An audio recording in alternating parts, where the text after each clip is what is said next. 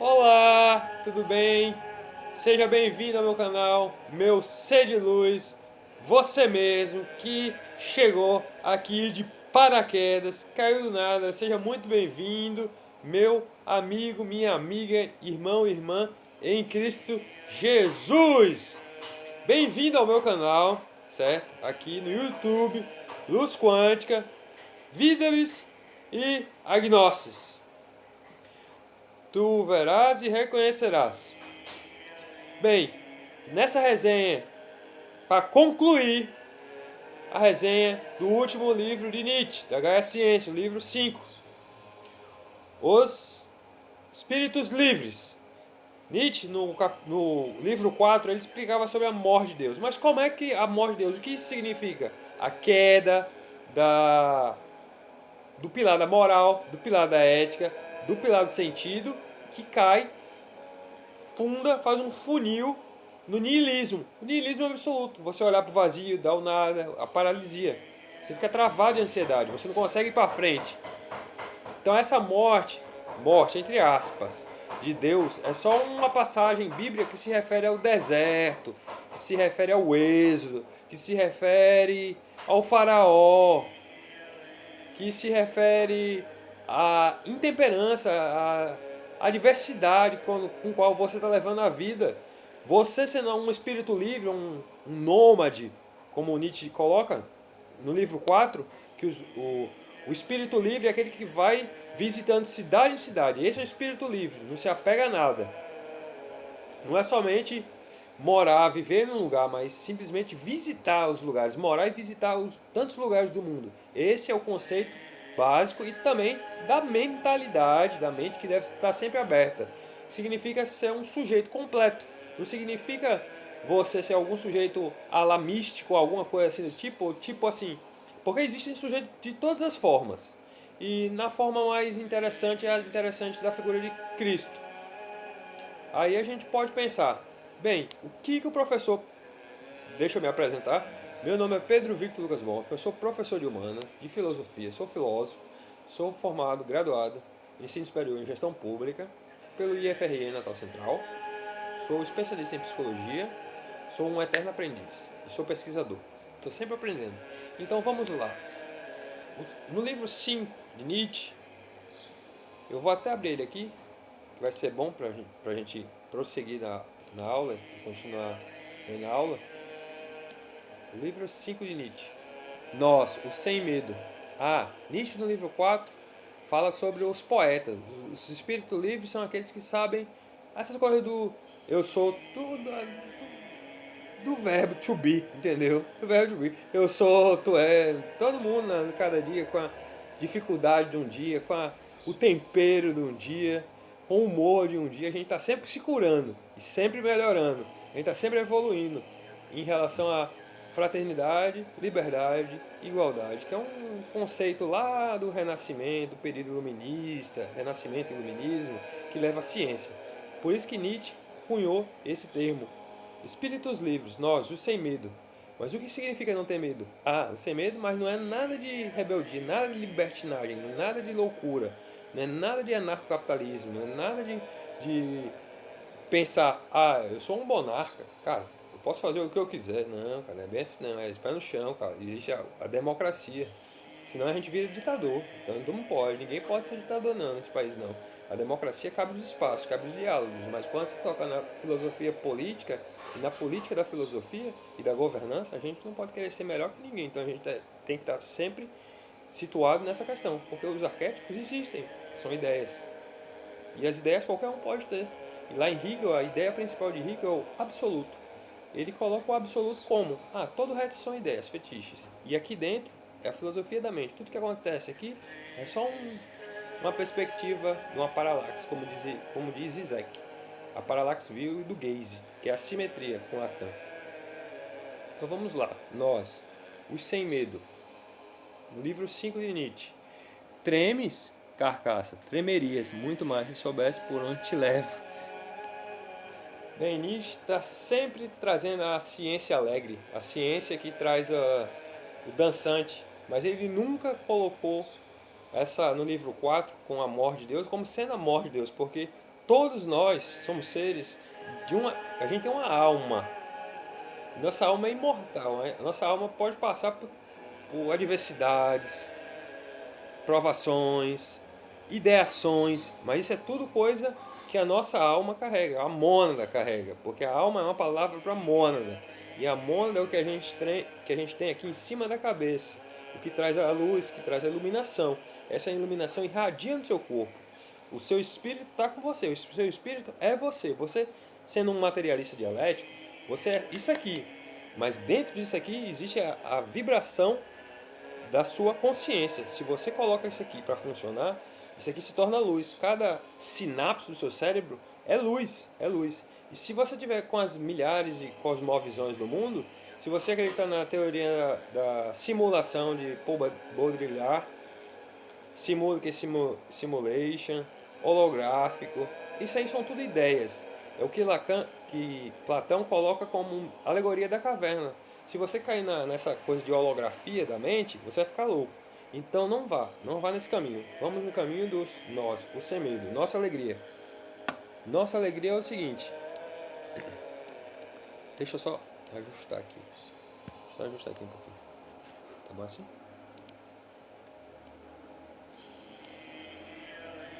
Espera aí. Vamos lá. O significado do ateísmo moderno, no livro 5 de Nietzsche. O livro 5 abre com a célebre o aforismo 343, que expõe o conceito de morte de Deus. Nietzsche não está apenas celebrando o fim da religião, mas analisando as consequências sísmicas disso. O horizonte livre. Para os espíritos livres, a notícia de que o velho Deus morreu não é apenas sombria, ela traz uma sensação de alvorecer, de um mar aberto agora, onde tudo é permitido e possível. Na dança que a gente fala, dançar sobre o abismo, no livro 4, no livro 3, potência de rebanho, vontade de potência, potência de rebanho, são ideações, esse conceito que ele utiliza para pulsão de vida e pulsão de morte. E essa morte de Deus é simplesmente esse recoil que Zizek diz que é o absoluto recoil. Você se recolhe em si mesmo e volta a não... com a crítica à metafísica. Não acredito que é metafísica porque é fantasminha. E o fantasminha é sinapses da holografia da mente. A mente como um holograma, alguma coisa assim do tipo. Cada um tem a sua mente, cada um faz uso da sua mente como bem quiser. Mas para uma mente ficar sadia mesmo, eu como especialista em psicologia, eu digo, não é somente a materialidade, mas o estado de consciência, de espírito, de humor. Aí você começa a vibrar mais forte. Mas aí você pode ter insights, delírios, alguma coisa assim do tipo, porque muita agitação leva à segunda fase. Primeira fase, a negação, neurótico. Você está sendo neurótico e negando. Porque você tem esse direito. Quando você nega, você se expande, você vira o absoluto, você vira um Brahman. Isso está espiritualizado. Essa é a verdadeira noção de espiritualidade. Essa é a verdadeira noção de lucidez. Essa é a verdadeira noção de caráter. Essa é a verdadeira noção de integridade. E nós, os espíritos livres, aberto agora, tudo é permitido e possível. Ah, sim. Agora você vai querer colocar isso aí num contraste onde você tem sua bolha delusiana, onde tudo é possível. Se tudo é possível na minha autolegislação, já que Deus morreu, não existe mais essa governança do divino, tudo é possível. Então eu chego no banco com um bilhete da Mega Sena e falo, ganhei na Mega Sena. Não é bem assim, galera. Existe a democracia, porque senão você vai estar incorrendo em criminalidade e isso está errado. A consequência, olha só a consequência. Nietzsche alerta que a maioria das pessoas ainda não percebeu que, ao derrubar a função cristã, toda a moralidade europeia construída sobre ela também irá desmoronar. Sim, mas isso aí foi no tempo que ele estava sendo iluminista. A moral europeia é extremamente cristã, extremamente católica. Isso aí, a igreja sempre vai prevalecer no mundo. A igreja católica sempre vai prevalecer no mundo. Isso aí é milenar. A igreja sempre sobrevive. A crítica moral e ao ideal ascético. Nietzsche aprofunda sua investigação sobre a origem dos nossos valores. Ele questiona por que ainda nos agarramos à moralidade cristã, mesmo quando não acreditamos mais no dogma. Aqui dá para notar que ele estava um pouco doente, com sífilis, mentalmente fraco. Ele tentou usar o fisiologismo no primeiro livro e no segundo livro para achar um ponto fraco sobre a teoria da genealogia da moral de Deus, no livro Genealogia da Moral. Aí ele começou a criar os aforismos, que é o tipo de literatura que ele mais gosta. A moral como máscara. Ele sugere que o que chamamos de verdade ou altruísmo são muitas vezes formas de fraqueza ou medo disfarçados de virtude. Ele critica a verdade, que é Jesus, e critica também a ciência. A moral como a virtude, quer dizer. Existem, pelo que eu sei, existem virtude teologal, virtude cardinal e virtudes especiais, digamos assim. A moral como máscara. Nietzsche sugere que o que chamamos de verdade, o altruísmo, são muitas vezes formas de fraqueza ou meio disfarçado de virtude. Aqui ele quer que a gente seja mais um arquétipo. Eu sou um filósofo da minha própria mente. Eu vou até onde minha consciência delimita o meu caráter e a minha determinabilidade. O instinto de rebanho. Nietzsche critica a tendência humana de buscar segurança no coletivo, que sufoca a individualidade e a criatividade do espírito superior. Sim, aí Deus, que é Pai, Filho e Espírito Santo, vai lá e fala bem assim, do espírito superior. Se você tem toda essa liberdade, cadê a sua liberdade? É justamente que entra Deus, cara, na história. Porque Deus não vai fazer você ficar louco a ponto de querer fazer o que dá na telha da sua liberdade. Isso eu devo a libertine. Então, não tem nada a ver, essa videoaula não tem nada a ver sobre desafiar a sua inércia para te dar uma liberdade que você sonha, mas não pode ter, porque é um produto metafísico idealizado pela especulação. Então não caia nessa. Aprenda comigo. A ciência como nova religião. Nietzsche lança um olhar crítico sobre a ciência, Wissenschaft. Ele argumenta que a ciência não é livre de pressupostos. A fé na verdade. Ele afirma que os cientistas modernos ainda possuem uma fé metafísica, a crença de que a verdade é divina e deve ser buscada a qualquer custo. Sim, a fé é algo metafísico. A fé é algo que nós temos, algo que determina, mas ligado ao espiritual, ligado à noção de Deus, do conceito de Deus, da mônada, da alma, da psique. Mas tudo isso aí ainda, quando a pessoa está noção do absoluto, Brahman, das ideias, ainda são ideias de mente pequena. Porque a gente só consegue estar absolutizado quando a gente está totalizado em nós mesmos e não repartindo na prosseguição do discurso. Vontade de verdade. Para Nietzsche, essa busca cega pela verdade pode ser uma forma de negação da vida, já que a vida exige ilusão, perspectiva e erro para florescer, tá vendo? Aqui ele tenta dar uma entusiasmada no meu perceber aqui. Eu li o livro há 20 anos atrás, eu li umas 10 vezes. 5, 10 vezes, 20, tá bom. Aí foi o livro que mais me tocou naquela época, e ainda é o livro que mais me chama a atenção, a Gaia Ciência de Nietzsche. Sabe por quê? Porque é sobre a liberdade. Aí eu me via, cara, na minha fisiologia, ele criou esse conceito. É o conceito de que a sua liberdade está determinada pelo seu etarismo. Mas isso aí é passado. O conceito de mundo como vontade de poder. Aqui ele faz uma alusão a Schopenhauer. Embora o termo seja mais explorado em obras posteriores, no livro 5 de Nietzsche já delineia a ideia de que o universo não tem um propósito moral ou racional inerente.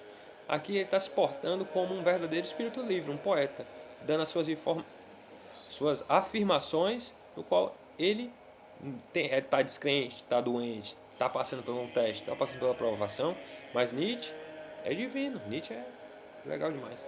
Perspectivismo, ele defende que não existe um olhar de lugar nenhum. Todo conhecimento é interpretativo e nasce de uma necessidade biológica ou de poder.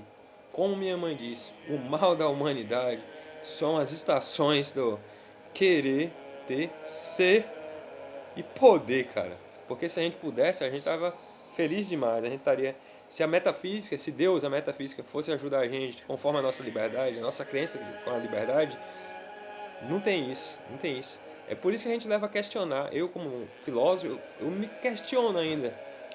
Mas eu sei que Deus é amor e misericórdia, cara. Porque se não fosse, estaria todo mundo lascado. Quem são nós? Mas isso aí parte da consciência, da percepção de cada um, dos estímulos. Como o cientista está falando, como os estímulos. Quem são os nós, os destemidos? O título do livro refere-se a uma nova fase, uma nova classe de pensadores que Nietzsche tenta convocar. São aqueles que não têm medo do abismo deixado pela falta de sentido. Ah, sim, quando você perde o sentido, você se espiritualiza, você está equilibrado. Eles possuem a Gaia Ciência, um conhecimento que não é pesado, acadêmico ou lúgubre, mas sim alegre, dançante e criativo. Aí que entra a moralidade nietzschiana. A moralidade nietzschiana quer dizer o seguinte: ele nos equipa com o conceito de vontade e potência, individualização e não seguir a potência de rebanho, a manada de rebanho. Ele critica o social, enquanto o social está todo, tô com Deus, tô rindo à toa. Você está rindo à toa, mas você está na sua individualidade. Esse é uma vibe, um tune. O tune que eu falo é uma sintonia com a sua individualidade, com a sua mônada. Mas isso aí para Hegel é detestável e para a metafísica nietzschiana também é detestável, porque Hegel detona a espiritualidade, a metafísica. Ele fala, se quiser ser espiritualista, é filosofia da mente. Pode ser, só isso. O espírito livre é aquele que consegue criar seus próprios valores em um mundo que não oferece mais valores prontos. E esse mundo de hoje oferece tanto valores informacionais, que a gente fica bombardeado querendo produzir mais. É aí que entra a sabedoria da moral nietzschiana. A gente deve fazer um jejum, a gente deve dar uma pausa. Não na questão da fé. A fé está sempre levando a gente para onde a gente nunca nem sonhou que a gente iria, que a gente nunca nem se questionou. Mas aí a gente volta, a gente se recolhe no absoluto. Cada um é o seu absoluto, cada um é a sua totalidade. Mas não significa que você pode ser um presidente, só se for um presidente da sua própria empresa. Mas se for um presidente, você não pode, entendeu? Isso daí é o pensamento correto, o pensamento da direita, conservadora. Mas aí as coisas são, no mundo da política, são um pouquinho mais loucas, mas depende do político que você votou, né? Bem, agora aqui, ó, resumo em uma frase. No livro 5, Nietzsche convida os espíritos corajosos a abraçar a liberdade radical que surge com o fim das certezas metafísicas, transformando o vazio da existência em um espaço de criação artística e afirmação da vida. Esse é o momento que eu estou mais vivendo, que é essa afirmação da minha vida, o meu olhar da ideologia artística, que não tem nada a ver com ideologia, porque não existe nada. Não existe profecia, não existe provação, não existe teste, não existe... A Bíblia existe, mas a Bíblia ensina justamente isso. A Bíblia de Jerusalém, minha Bíblia, diz que a gente, na passagem da Bíblia, Tiago, acho que é Tiago 12, ou Tiago 14, ou Tiago 7, não sei muito bem, diz bem assim, não existe religião, cada um é o que é, então já nega, tá vendo? Porque para ser como Deus, você deve negar esse desejo de ser como Deus. Porque Deus quer a gente simples, Deus quer a gente recolhido em nós mesmos. A perspectiva hegeliana. Vamos à minha análise hegeliana, lacaniana e marxista. A perspectiva hegeliana. O desejo de reconhecimento. Para Hegel, a consciência se torna si mesma quando é reconhecida por outra consciência. É o lado do justamente. Eu sou, aí vem o tu é. Aí você vem a formação, pensamento, blá blá, e por aí vai. A dialética do senhor e do escravo. O conflito fundamental não é por recursos biológicos, mas por prestígio. O senhor é aquele que arrisca a vida pelo reconhecimento, enquanto o escravo cede por medo da morte. Ora, a morte é o pequeno apocalipse de Isaías.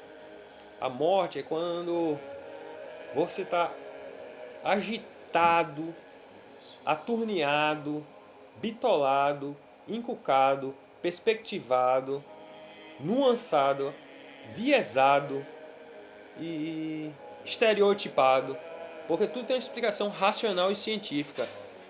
O que falta, a falta em Lacan é justamente isso, a palavra que te psicodiagnostica. E como psicodiagnóstico, você tem, eu não estou mais louco, nunca fui, nunca fui.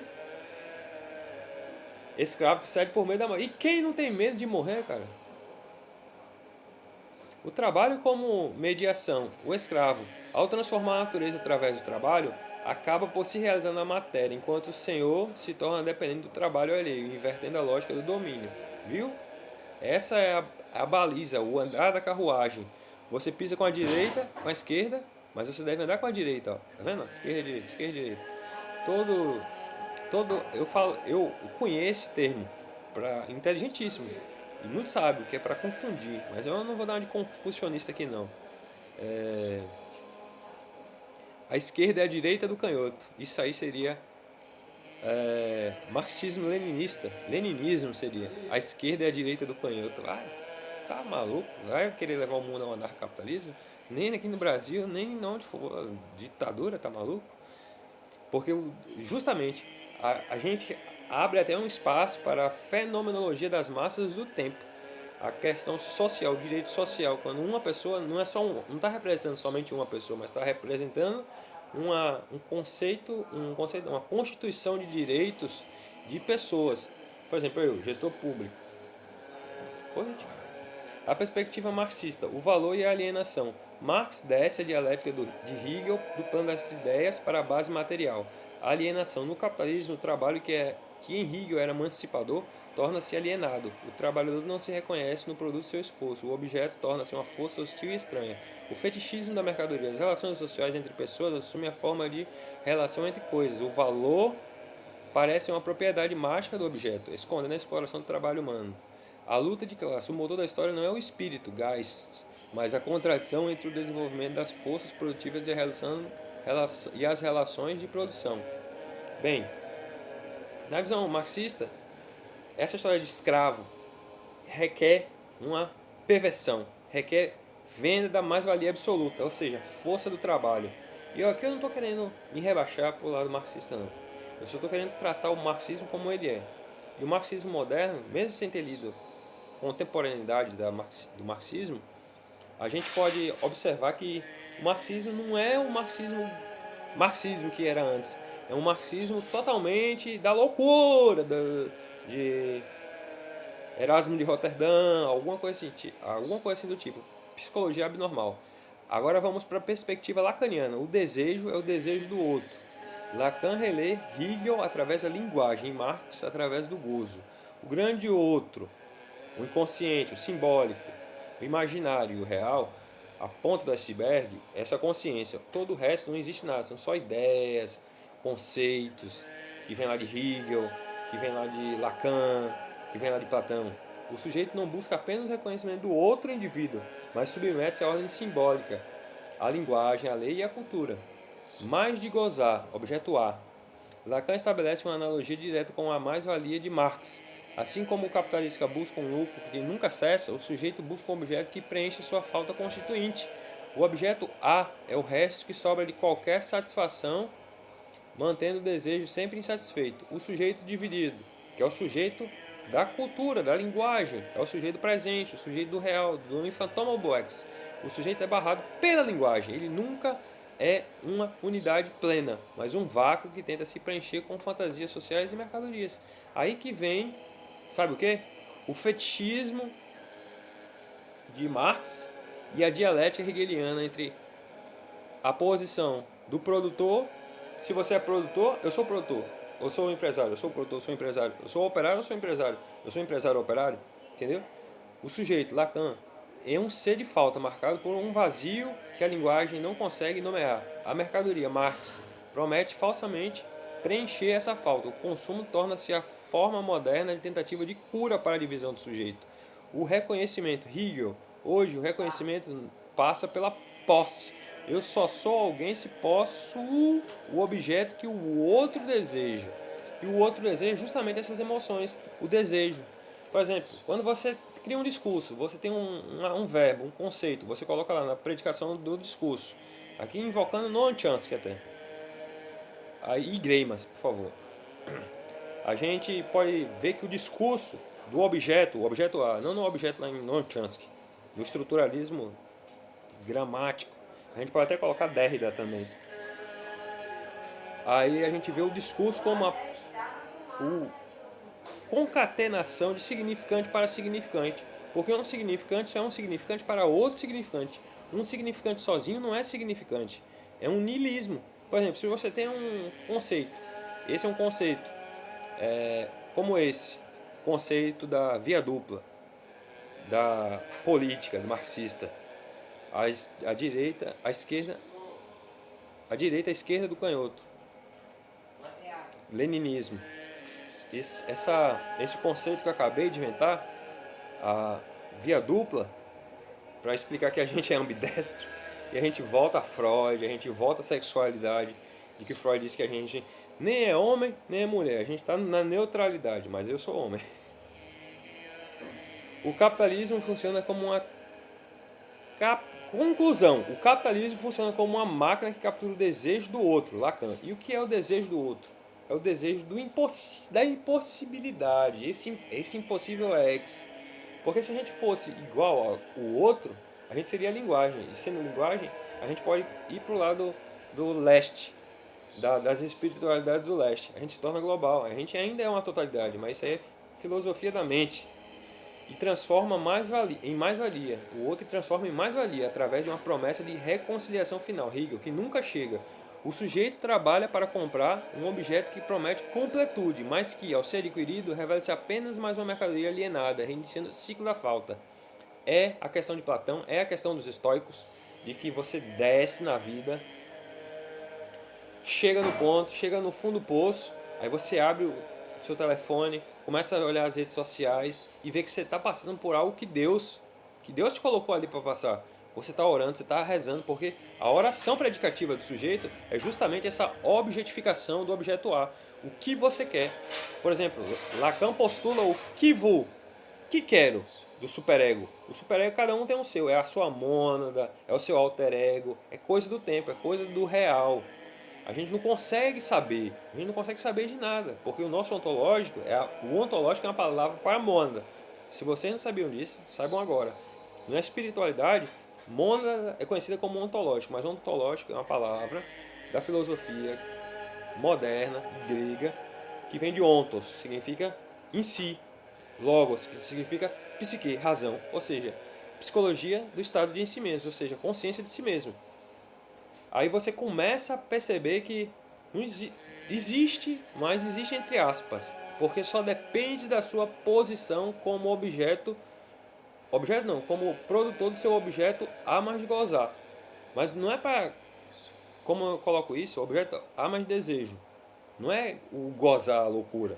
Porque se você for pensar hoje em dia como loucura, o objeto a mais de gozar, você vai acabar caindo em tribulações. Então, tribulações não é legal.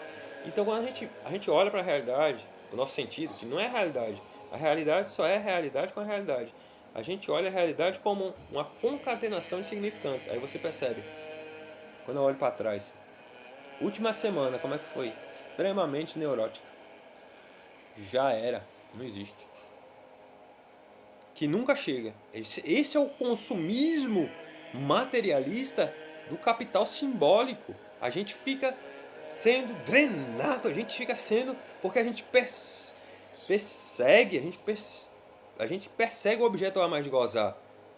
E nessa perseguição, a gente vai criando essa falta. Quando a gente tem falta, tem falta, tem falta, tem falta, tem. Por que tem? Aí que você se questiona. Por que tem falta? Por que faltou no seu vazio? Se o seu vazio é o presente. Todo vazio é o presente. E o presente não quer dizer oprimir. Porque até um riso pode oprimir uma pessoa. A gente não sabe como é que está outra pessoa. A gente não imagina a realidade ontológica de nenhuma pessoa. Porque o ontológico são como fractais do tempo. É incognoscível. Você pode ter uma ideia, um vislumbre, um insight, qualquer coisa que dê noção ao seu absoluto. Mas você não consegue vislumbrar, a não ser que você seja... Não sei, não tem como explicar. O sujeito trabalha para comprar um objeto que promete completude, mas que ao ser adquirido revela-se apenas mais uma mercadoria alienada, reiniciando o ciclo da falta. Bem, eu termino aqui a conclusão da resenha do livro 5 de Nietzsche. Agora eu vou fazer uma pequena leitura da passagem do livro, que é bem interessante. O que somos, também nós, ainda piedosos, com justa razão. Aforisma 344. Olha a simbologia, 344. Com justa razão se diz que no domínio da ciência As convicções não têm direito de cidadania, só quando se decidem adotar modestamente as formas provisórias da hipótese, do ponto de vista experimental, de um artifício de regulamentação, é que se pode lhes conceder o acesso e mesmo um certo valor no domínio do reconhecimento, com a condição de continuarem, todavia, sob uma vigilância de polícia, sob o controle da desconfiança. Sob o controle da desconfiança, mas isso não quer dizer, no fundo, que é unicamente quando a convicção deixa de ser convicção que se pode lhe conceder a entrada na ciência. A disciplina do espírito científico não começaria somente a partir do momento em que não se permite mais conhecer convicção? É provável. Ora, trata-se ainda de saber se, para que essa disciplina possa começar, uma convicção não é indispensável. Uma convicção tão imperiosa e tão absoluta que se force todas as outras a se sacrificar por ela. Vê-se que a própria ciência se baseia numa fé e que não poderia existir ciência incondicionada. Ela pressupõe a... Deixa eu ver aqui. Convicção. A convicção pressupõe que a verdade importa, a ponto de afirmar que nada importa mais que a verdade, e que, com relação a ela, todo o resto não tem senão um valor de segunda ordem. Este é o seu princípio, sua fé, sua convicção, mas essa vontade absoluta, o que vem a ser? Será a vontade de não se deixar enganar? Será a vontade de não se enganar? A vontade de verdade poderia também ser interpretada dessa maneira, por pouco que se admita que dizer que não quero enganar. Me enganar é a generalização do caso particular, não quero enganar. Mas por que não enganar? Mas por que não se deixar enganar? É preciso notar que as razões da primeira eventualidade se encontram em domínio completamente diferente daquelas que respondem à segunda. Não se quer deixar enganar porque se considera que é prejudicial, perigoso, nefasto ser enganado. Nesse sentido, ciência seria uma longa astúcia, responderia uma precaução, teria uma utilidade, a que se poderia justamente objetar. Como? O fato de não querer se deixar enganar diminuiria verdadeiramente os riscos de encontrar coisas prejudiciais, perigosas, nefastas? Que sabem vocês a priori do caráter da existência para poder decidir se a maior vantagem está do lado da desconfiança absoluta ou do lado da confiança absoluta? Mas no caso em que as duas coisas fossem necessárias, muita confiança e muita desconfiança, onde iria a ciência procurar essa fé absoluta, essa convicção, essa essa convicção, peraí, nossa alegria, 343, essa convicção, eu fiz um pequeno deslize aqui, eu pulei do aforisma 344, eu não sei se eu, ah não, tá certo, tá correto, aforisma 344, o fato de não querer se deixar enganar diminuía verdadeiramente, aqui Nietzsche me trollou um pouquinho, os riscos de encontrar coisas prejudiciais, perigosas, nefastas. Vamos lá. Onde iria a ciência procurar essa fé absoluta, essa convicção de base que diz que a verdade é qualquer outra convicção? A verdade é mais importante que qualquer outra e também mais importante que qualquer outra convicção. Essa convicção, precisamente, não poderia ter se formado se a verdade e a não-verdade afirmavam ambas ao mesmo tempo sua utilidade. Essa utilidade que é um fato. Portanto, a fé na ciência, essa fé que é incontestável, não ter tirado sua origem e semelhantes cálculo de utilidade. Pelo contrário, ela se formou, apesar da demonstração constante da inutilidade do perigo que reside na vontade de verdade, entre aspas, na verdade a qualquer custo. Bem, eu termino aqui e agora eu vou para mais um aforismo. Eu vou pegar um aforismo bem pequenininho, porque esse último... Aqui, ó. Nietzsche, ele critica a religiosidade, porque ele quer que a gente seja livre. Porque a religiosidade é uma ciência, não é religiosidade. É ciência da religião. E a ciência da religião é: você pensa, cria. Pensa, logo existe. Enquanto temos uma sociedade onde tem manadas e manadas, ou seja, nichos e nichos, mercados e mercados, a gente pode acabar se atolando, se afundando na nossa falta, que é ter ou não ter e ter, mesmo tendo, não tendo, ou mesmo sendo, não sendo, ou mesmo não tendo, sendo, ou mesmo tendo, não tendo, sendo. Assim a gente consegue compreender como esse dilema paradoxal funciona, esse aforismo que eu lancei. Eu queria um aforismo pequeno, mas a gente fica com... volta o vídeo e coloca no primeiro. A gente não tremeria? Porque Nietzsche aqui nos contesta, nos convida a questionar. Cara, ele falou sobre a verdade, sim, mas lembrando, todo filósofo pode ter certeza disso. Se tem amor à sabedoria, é porque é um esteta. Tem a missão divina. É bíblico. Um filósofo é uma pessoa bíblica. É um apóstolo. É um sumo sacerdote. Todo filósofo, não importa se é filósofo materialista, se é filósofo da ciência, é porque tem essa novela, essa paixão pelo objeto que cega de todos os outros objetos e vira sua especialidade. É isso que eu quis dizer. Essa é o resumo da obra clássica de Nietzsche, A Gaia Ciência ou O Alegre Saber, que nunca está defasado, está sempre atual. A gente está sempre dançando no tempo, no abismo, a dança sobre a intersubjetividade, a dança é a dialética. E Nietzsche nos quer que a gente seja mais dialéticos, mais científicos. E foi aí que eu cunhei o termo homos científicos. É o homem de ciência. Mas não querendo negar a fé, a religiosidade, mas colocando cada qual no seu quadrado. Por exemplo, se você acredita nisso, esse é o seu nicho. Então fica quieto. Mas numa sociedade que fala, repete, a gente fica tipo, o que eu vou fazer? O catolicismo é a maior religião do mundo. Eu sou católico. Minha família é católica. Não posso me esquivar do catolicismo. E é justamente aí que eu encontro o fundamento da minha vocação filosófica, que é justamente o poder, a graça da oração e o poder da fé, com o utensílio da oração. A gente vai criando espaços onde Deus não morre, porque tem a imortalidade da alma, tem essa passagem.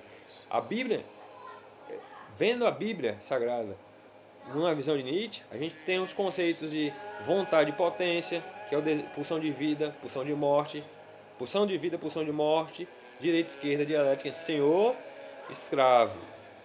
A gente tem o Êxodo, a gente tem o Egito, a gente tem o Apocalipse, a revelação, mas isso ainda é gnose. E gnose é diferente de catolicismo tradicional brasileiro. E é diferente de judaísmo, é diferente de outras vertentes do cristianismo lá mesopotâmico. Eu fico por aqui, meus queridos. Espero que vocês tenham entendido o livro 5 de Nietzsche. O livro 5 de Nietzsche, A Gaia Ciência, Fröhliche Wissenschaft, intitulado Nós, os Destemidos. Nós, os Destemidos? Olha... É um dos textos mais maduros e impactantes de Friedrich Nietzsche. É importante notar que Nietzsche o escreveu em 1887, 5 anos após a publicação dos primeiros 4 livros, funcionando como uma ponte filosófica entre Assim Falou Zaratustra e Para Além do Bem e do Mal. E é aí que eu vou lançar minha proposta de análise e resenha dos livros de Nietzsche. Se prepare, já dê seu joinha. Se gostou dessa aula, deixa o joinha, se inscreve no meu canal para estar ajudando. Se gostou muito mesmo, comenta aí embaixo que você quer que eu faça uma resenha dos livros de Nietzsche para me manter motivado e eu continuar essa produção fabulosa que é discorrer sobre assuntos tão complexos, tão densos, mentalmente pensando, filosofando, que a gente vai para Assim Falou Zaratustra, ou Para Além do Bem e do Mal, para esse homem humano demasiado humano. Mas você, meu querido C. de Lois, você deve ler, mas sem enlouquecer. E é aí que eu tenho a proposta do meu livro, que eu já vou publicar, que se chama Para Ler Lucas Bonfim, Sem Enlouquecer. Vai ser uma obra incrível, porque vai ser um mistério. E aí, de mistério, como é que vocês vão entender se é um mistério? Se nem eu sei. E aí? Não tem como. Então, fiquem com Deus e até a próxima. Muito obrigado. Ah, e Deus não morreu. A alma sempre é imortal. Valeu!